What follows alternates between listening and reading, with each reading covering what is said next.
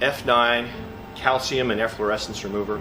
It's a wonderful product for getting that white calcium off of the red bricks on that house or calcium deposits on the concrete. You'll see a black circle with a darker rim around the edge. That's a black calcium deposit. We've had several pictures come into the office that says, I've tried every degreaser, hot water, all kinds of things to get this stain up and I can't get it up. And when you look at it, it is a black calcium deposit. Use a little F9 Efflorescence Calcium Remover and boom, he comes right up. So, as it says on the label, concrete, bricks, pavers, tile, stone, and shower tiles. Try to keep it away from the glass. It won't harm the glass if the glass is perfect, but if there is a pit, it'll make the pit a little more visible.